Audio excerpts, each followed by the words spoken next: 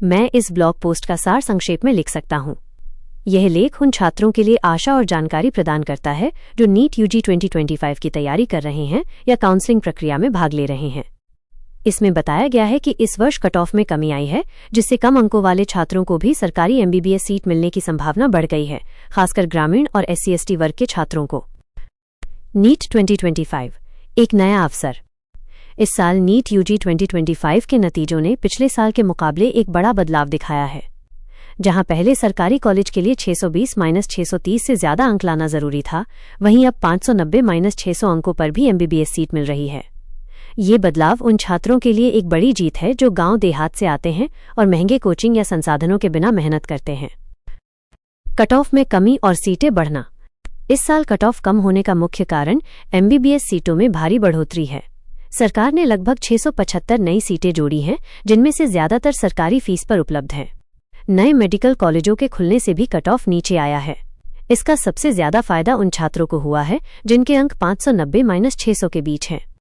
इसके अलावा SC वर्ग के छात्रों को 480-500 और ST वर्ग के छात्रों को 450-470 अंकों पर भी सीट मिल रही है, जो पहले की तुलना में बहुत कम है। स्टेट कोटा और काउंसलिंग का महत्व।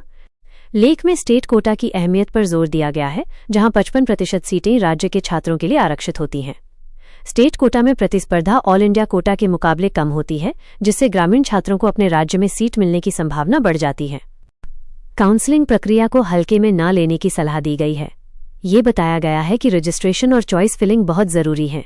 छात्रों को सिर्फ टॉप कॉलेज भरने की बजाय सही रणनीति के साथ चॉइस फिलिंग करने की सलाह दी गई है, क्योंकि अगर चॉइस फिलिंग सही ना हो तो मेहनत बेकार हो सकती है।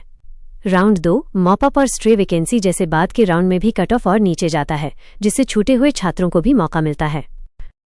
Counselling updates. MCC ने नीट यूजी 2025 राउंड 2 के लिए चॉइस फिलिंग और लॉकिंग की समय सीमा बढ़ा दी है, जो अब 15 सितंबर 2025 की सुबह 8 बजे है। सीट अलॉटमेंट का नतीजा 17 सितंबर को आएगा। MCC ने राउंड 2 के लिए सीट मैट्रिक्स भी अपडेट किया है, जिसमें 1034 नई सीटें जोड़ी गई हैं। हालांकि कुछ कॉलेजों की सीटें रद्द भी हुई हैं। विभिन्न राज्यों ने भी अपनी काउंसलिंग के शेड्यूल जारी किए हैं। बिहार में राउंड 2 की काउंसलिंग का शेड्यूल 15 सितंबर के साथ जारी हुआ है। छत्तीसगढ़ ने राउंड 2 की शुरुआत की है और छात्रों को एजेंटों से सावधान रहने की चेतावनी दी है। तमिलनाडु में राउंड 2 के लिए 350 नई एमबीबीएस सीटें जोड़ी गई हैं। ये लेख ये निष्कर्ष निकालता है कि इस साल का नीट उन सभी छात्रों के लिए एक बड़ा अवसर है जो मेहनत करते हैं, खासकर गरीब और ग्रामीण पृष्ठभूमि के। सही रणनीति और पूरी जानकारी के साथ एमबीबीएस में प्रवेश का सपना अब हर किसी के लिए साकार हो सकता है।